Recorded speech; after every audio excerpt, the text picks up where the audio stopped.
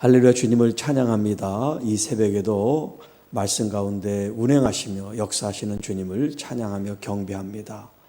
오늘은 시편의 부흥이 있다 77번째 시간입니다. 본문은 시편 55편 12절로 마지막 23절까지 말씀입니다. 오늘 이 본문을 이제 중심으로 짐을 여호와께 맡기는 것이 부흥이다.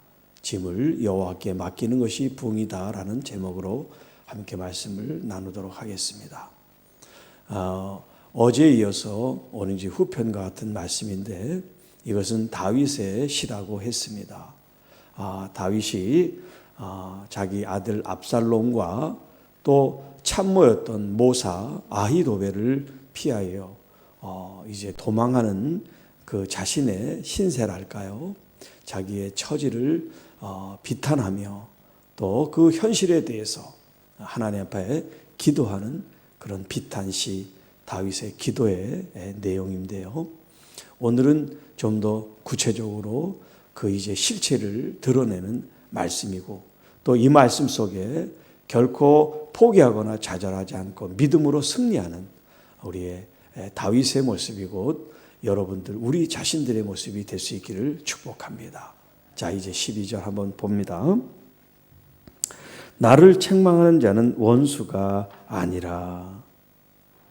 자, 우리가 이제 1절부터 11절까지 다윗을 공격하고 대적하는 그런 무리가 있었어요.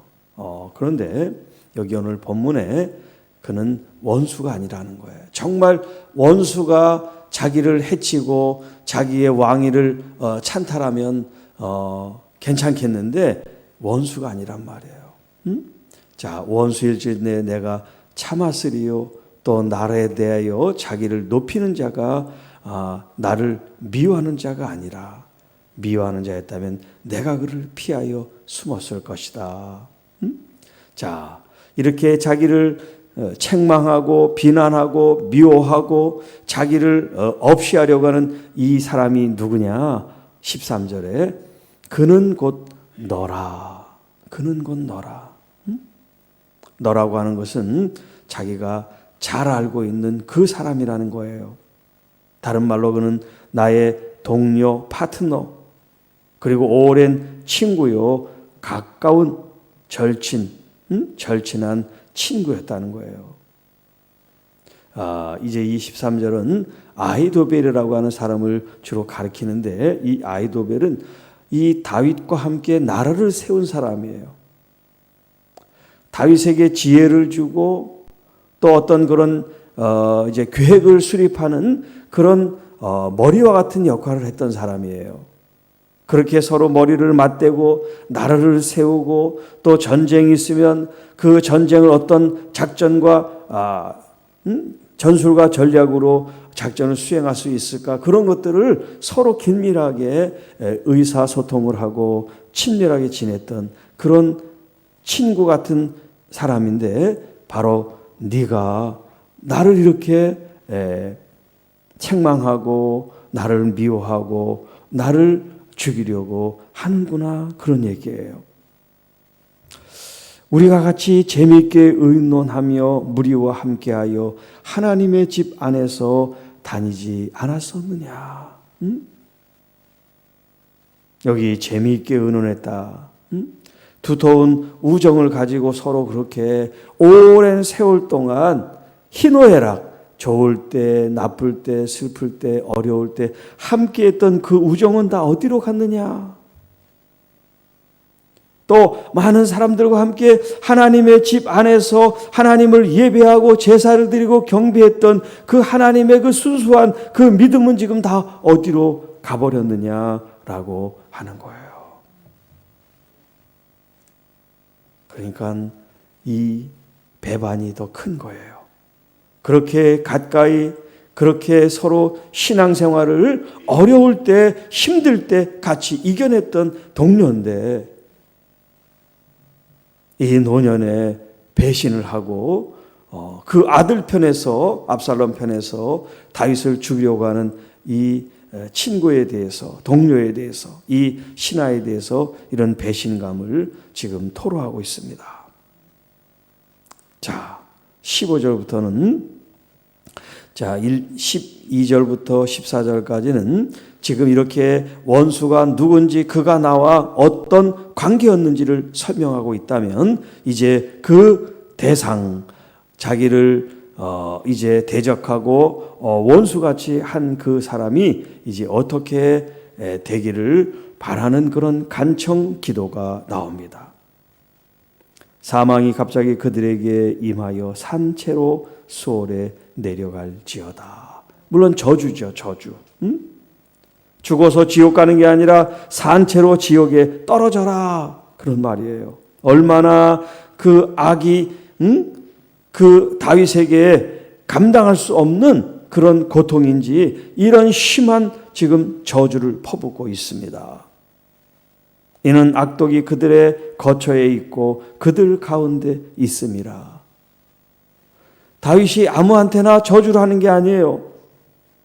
그들이 항상 이런 악을 도모하고 그 악 속에 살기 때문에, 이 악이라는 것은 하나님을 부인하고 부정하고 하나님의 거룩한 뜻을 배반하는 걸 말하죠. 다윗 자신을 곤경에 빠뜨리는 이 악뿐만 아니라 하나님에 대해서 함께 예배하고 하나님을 경외하고 하나님을 잘 섬겼던 그 신앙, 그 믿음은 다 온데간데 없어져 버리고 인간의 탐욕과 인간의 욕망에 붙잡혀서 지금 살아가고 있는 이 악한 대상에 대해서 지금 고발하고 있는 거예요. 자, 이렇게 악인 원수는 그 악 속에 사람들을 해치고 끌어내리고 자기가 더 많은 것을 얻으려고 하고 그 왕자를 찬탈하려고 하는지 모르지만 16절, 나는 여호와께 부르짖을 것입니다. 그러면 여호와께서 나를 구원해 내실 겁니다. 자, 이 땅에 수많은 군대를 동원하고 힘을 다 모아서 어떤 한 사람을 공격하고 그 사람을 죽이려고 한다고 생각해 보세요. 모두가 다 적이고 모두가 다 원수고 그 한 사람을 에워싸고 한 겹, 두 겹, 세 겹이 아니라 여러 겹으로 우겨싸움을 지금 하고 있다고 생각해 보세요. 얼마나 절망스럽겠습니까? 내 편이 하나도 없어요. 모두가 다 나를 죽이려고 합니다. 저 인간이 이 세상에 없어지는 걸 다 바라고 있다고 생각해 보세요. 호롤단신 의지할 사람이 아무도 없어요. 그렇게 가까이 지내던 사람, 그렇게 서로 머리를 맞대고 그렇게 신앙생활을 기쁠 때나 슬플 때나 함께했던 그런 친구들, 이런 사람들이 전부 다 적으로 등을 돌리고 배신을 한다고 생각해 보세요. 이 땅에서 아무 희망을 걸 수 없는 그런 상황이지요. 그때 이 다윗은 무엇을 합니까? 하늘을 바라보며 여호와 하나님을 찾습니다. 나는 하나님께 부르짖을 것입니다. 내가 의지할 것은 여호와 하나님 한 분뿐이십니다. 여러분, 우리가 이렇게 기도할 수 있다는 게 얼마나 위대한 일인지 몰라요. 믿음의 사람은 어려울수록 하나님께 더 가까이 갑니다. 하나님을 더 의지합니다. 하나님을 전적으로 신뢰하고 나갑니다. 그러나 믿음이 없는 사람들은요, 하나님을 점점 멀리하고 떠나요. 이게 달라요.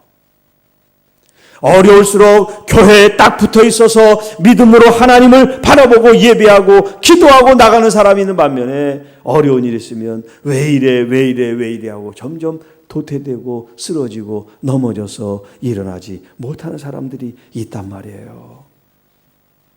그러니까 고난이라고 하는 것은 우리를 넘어지게 하는 것일 수도 있지만, 하나님을 더 의지하고 하나님을 더 강력하게 바라보게 하는 요인이 될 수 있는 건데, 그것은 누가 가르쳐 주는 게 아니에요. 자기 스스로가 선택해야 됩니다.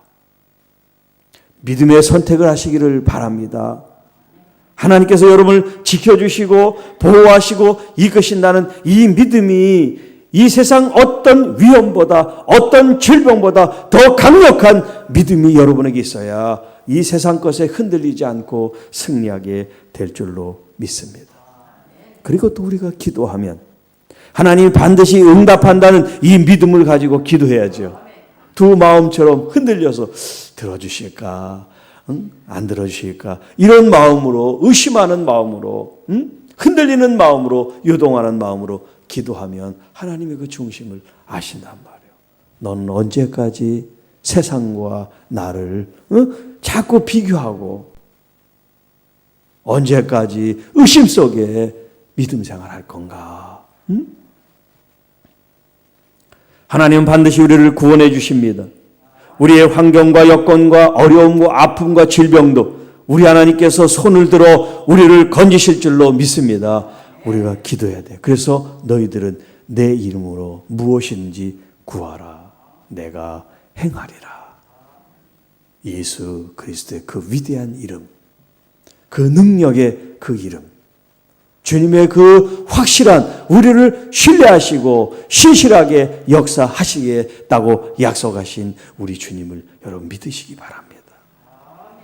우리가 우리를 구원할 수가 없어요. 우리가 다른 사람 아픈데 치료할 수가 없어요. 우리에게서 나가는 능력은 아무것도 없습니다. 우리가 할 수 있는 도리는 아무것도 할 수 없어요. 그러나 위로부터 권능이 임하면, 성령으로 충만하면, 기름 부음을 받고 능력과 은사가 주어지면 내가 하는 것이 아니라 우리 주님의 그 능력이 여러분 치료도 일으키고 또 환경도 바꾸고 하나님의 놀라운 역사가 우리 삶 속에 일어나게 될 줄로 믿습니다. 그래서 다윗은 기도하는데 얼마나 기도에 초점을 두고 하나님께 자기의 마음을 쏟는지 17절에 저녁과 아침과 정오에 시간마다 주님 앞에 시간을 정해놓고 하나님께 무릎을 꿇고 기도하는 기도의 사람 다윗을 보여줘요. 자, 여기 저녁, 아침, 정오 이렇게 나왔죠. 아침, 정오, 저녁. 이게 이제 우리 시간에 대한 개념이지만 이 히브리 유대인들은 시간에 대한 개념이 틀려요. 이 사람들은 저녁부터 시간이 시작돼요. 그래서 하나님께서 천지를 창조하실 때도 이제 저녁이 되고 아침이 되니 그 다음 몇째 날이다 이렇게 얘기하시잖아요. 저녁부터 시작해서 하루가 시작된다고 하는 그런 개념을 가지고 있어서 여기서도 저녁과 아침과 정오라는 건 뭐냐면 날의 시작이 저녁이니까 날의 시작. 우리 같으면 이제 새벽 기도를 말하는 거지. 응?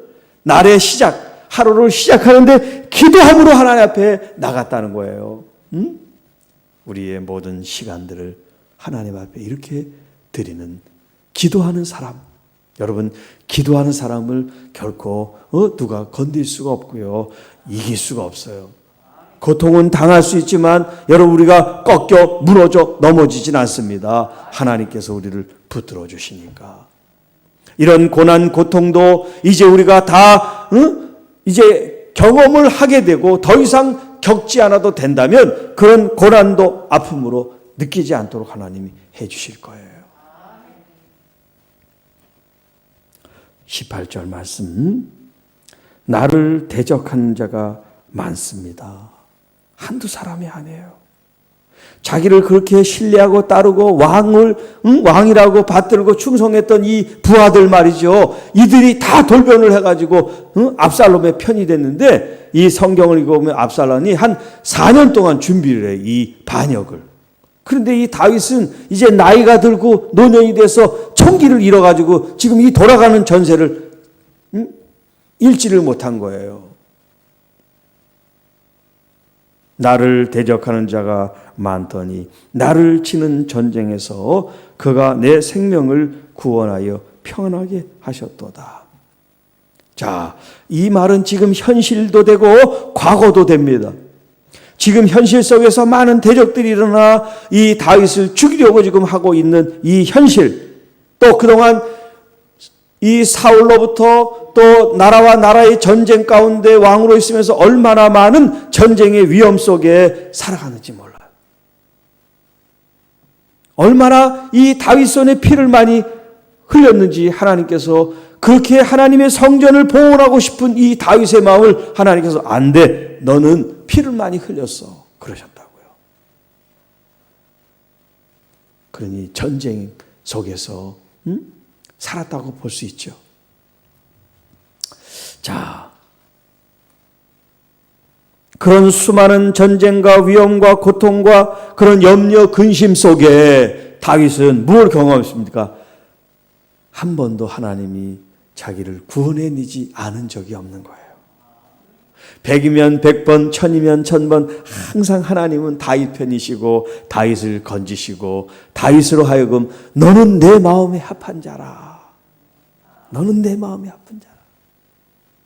여러분, 다윗이 실수하고 범죄하고 잘못하고 비열하고 치사한 그런 모습들이 성경에 나왔어요. 그런데 하나님은 그 모습으로 다윗을 보지 않으시고 철저히 회개하고 변화되고 거듭난 다윗, 하나님, 내가 과거에 이런 죄를 졌기 때문에 이제 하나님 앞에 더 충성하고 더 하나님을 위하고 하나님의 마음과 하나님의 뜻으로 내가 살기를 원합니다. 그 중심을 하나님은 보시고 너는 내 마음에 합한 자라고 말씀하신 거지. 여러분, 이 땅에 죄에 안 진 사람이 누가 있습니까? 우리가 의인이면서 죄인이라고 하는 것은 오늘도 연약한 죄를 우리가 지금 짓고 있는 그 모습이 있기 때문에 그런 거 아니겠어요? 그런 여러분, 우리가 나는 그런 죄를 짓지 않았다고 어떤 사람을 우리가 함부로 정죄하고 손가락질할 수가 있겠어요? 가늠한 그 여인에 대해서 전부 다 사람들은 돌을 하나씩 준비해서 이 여인을 돌로 던져 죽일 생각을 하고 왔습니다. 그리고 예수님께 묻죠. 모세는 이런 여자를 돌로 치라 그러는데 선생은 뭐라고 말하겠습니까? 아니, 돌로 치지 말라 그러면 모세 율법을 어기니까 당신을 돌로 칠 겁니다. 이렇게 될 건데 뭐라고 지금 말을 해야 되겠어요? 예수님께서 땅에 글씨를 새기고 그들이 자꾸 재촉합니다. 빨리 답을 하라고. 그때 주님 말씀하세요. 너희 중에 죄 없는 자가 먼저 돌로 치라는 거예요.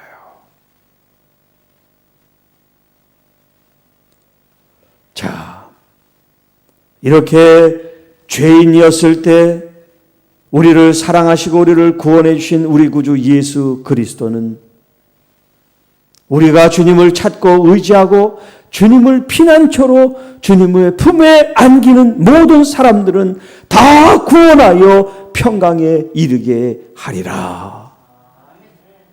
이 땅의 환난과 역경과 전쟁과 코로나로 이렇게 아수라장이 될지라도 하나님의 품 아래 있는 자 여러분들은 하나님이 철저히 보호해 주시고 샬롬 평강을 허락해 주십니다.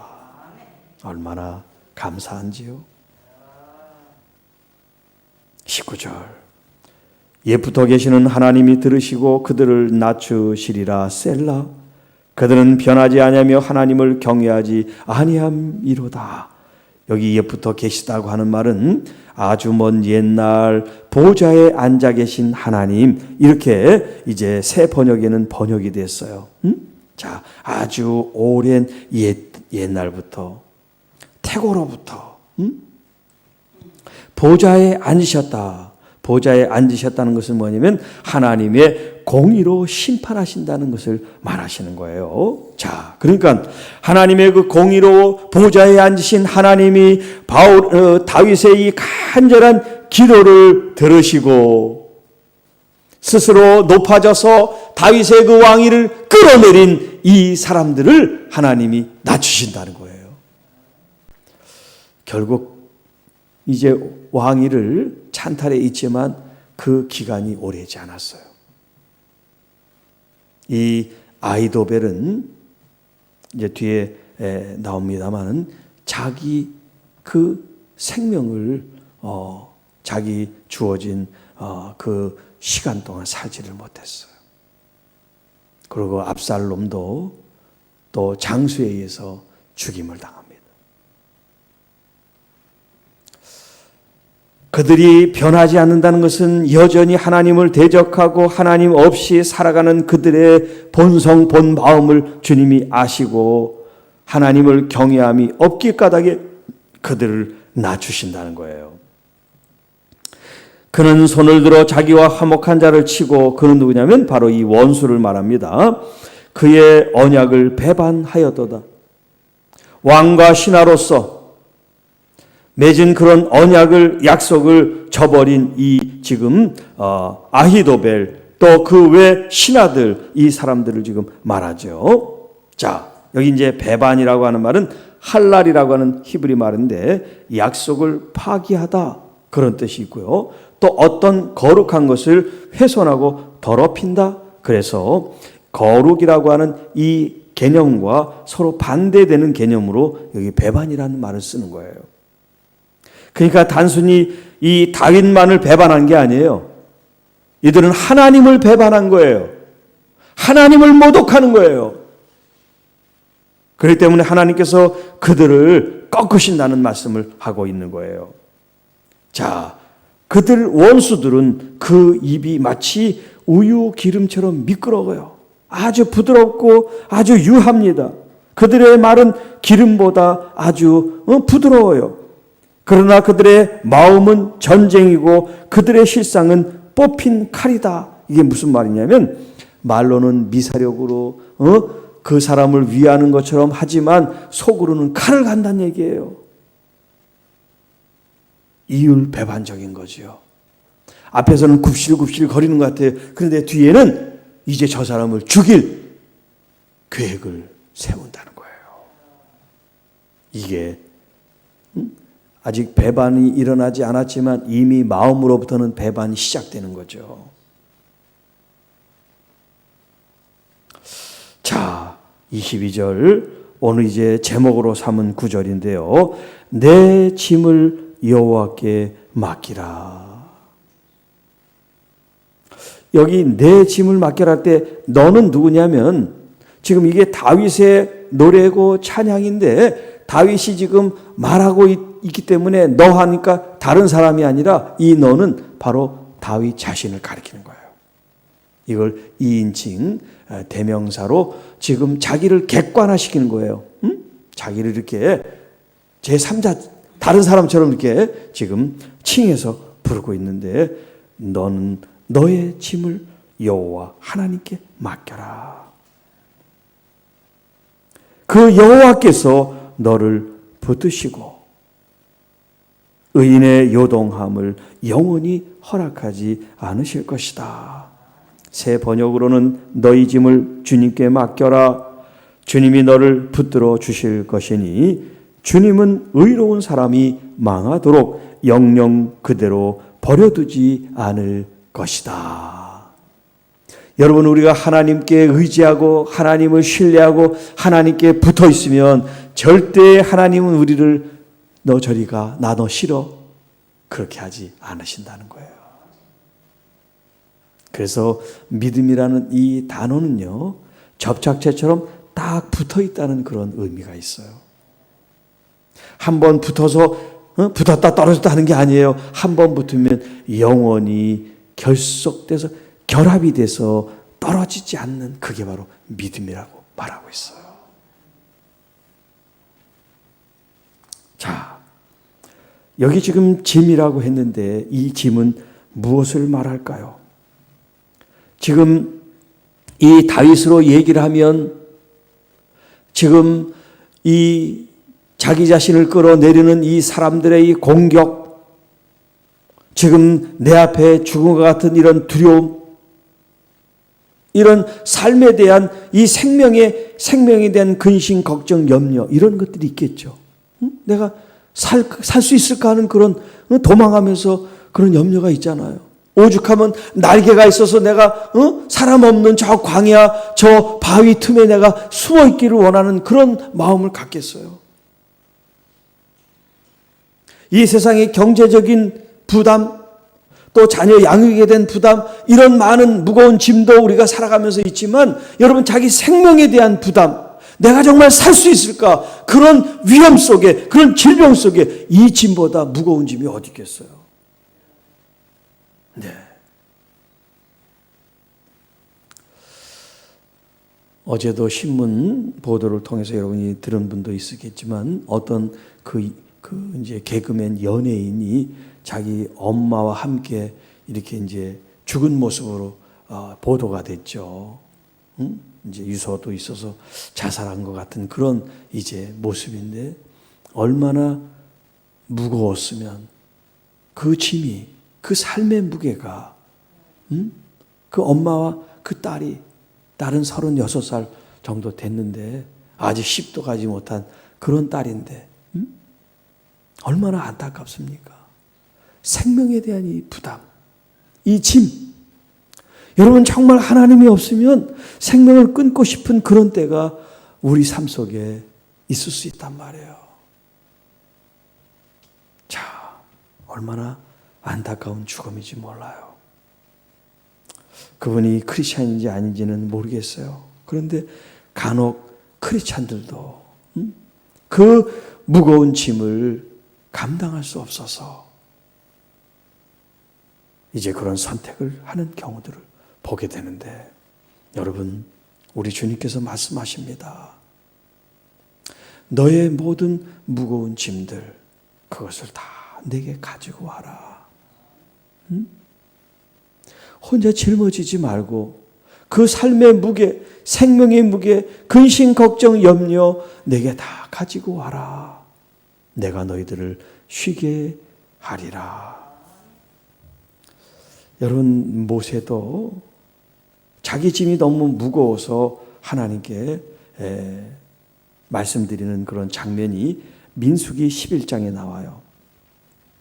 시간이 없어서 자세히 얘기 못 드리니까 나중에 시간이 되면 민수기 11장 11절부터 17절에 있는 말씀을 한번 읽어보시면 좋을 것 같습니다. 자, 이 내용을 간단하게 얘기하면 백성들이 지금 광야에서 고기가 없다고 물이 없다고 원망을 합니다. 남자만 60만 명 그리고 여자 아이들 하면 몇백만 명 되는 이 많은 사람들을 어디서 고기를 먹이고 어디서 물을 제공해 줄 수 있냔 말이에요. 이 광야에. 그러니까 모세가 이 백성들의 이 원망이나 원성 그들을 책임져야 된다는 이 무거운 짐이 얼마나 큰지 하나님께 항변합니다. 모세가 여호와께 여짜오되 어찌하여 주께서 종을 괴롭게 하시나이까? 어찌하여 내게 주의 목전에서 은혜를 입게 아니하시고 이 백성을 내게 맡기사 내가 그 짐을 지게 하십니까? 이렇게 말하고 있어요. 14절에는 그 책임이 너무나 중하여 나 혼자는 이 백성을 감당할 수가 없습니다. 하나님께 백기를 드며 손을 드는 거예요. 나 못합니다. 지도자 못하겠다는 거예요. 자, 그러니까 하나님께서 뭐라고 말씀하시냐면 이스라엘 노인 중에 내가 알기로 백성의 장로 지도자가 될 만한 사람 70명을 모아가지고 내게로 데리고 와라는 거예요. 그러면 내가 그들에게 임해서 성령으로 함께해서 그들로 하여금 너의 짐을 서로 분담시키겠다 그렇게 말씀하세요. 여호와의 영 성령께서 그 지도자들에게 임해서 그들에게 이런 지도력을 나타나게 할 테니까 너는 염려하지 말라는 거예요. 여러분 하나님께 맡겨주신 부담 이런 짐이 있습니까? 하나님께 기도하시고 하나님께 나아가시면 하나님이 우리들을 책임져 주신다는 거예요. 그래서 이 베드로전서 5장 7절에 너희 염려를 다 주께 맡겨 버려라. 이는 그가 너희를 돌보심이라. 선한 목자 되신 우리 주님이 우리를 철저하게 분명하게 온전히 우리를 지켜 보호하시고 이끄시니 우리의 모든 염려, 우리의 모든 수고하는 것들을 다 주님께 맡겨라. 이것이 육체적인 짐이든 정신적인 짐이든 여러분 경제적인 짐이든 우리 주님께 다 맡기시기를 바랍니다. 그리고 또 영적으로 우리의 영적인 이 죄에 대해서 주님 말씀하십니다. 요한복음 1장 29절에 요한이 예수께서 자기에게 나옴을 보고 이르시되 보라 세상 죄를 지고 가는 하나님의 어린 양이로다. 우리 주님께서 우리의 모든 죄, 짐, 죄책감, 죄의식, 이런 죄에 감당할 수 없는 무게를 우리 주님이 지고 가신다는 거예요. 내 짐을 맡겨야 주님이 짊어지고 가시지, 나 혼자 이 무거운 짐을 가지고 있으면 주님이 짊어지시지를 않는 거예요. 제가 그랬습니다. 교회가 폐쇄되고 가정이 깨지는 이 큰 죄에 대해서 그 죄를 주님께 맡길 수가 없는 거예요. 주님께 자백하면 주님은 미쁘사 우리 죄를 다 용서하신다는 건 제가 머리로 알지만 그렇게 할 수가 없었어요. 왜? 제가 너무나 큰 죄인인 것을 알기 때문에. 그 죄값을 내가 치르고 싶었던 거예요.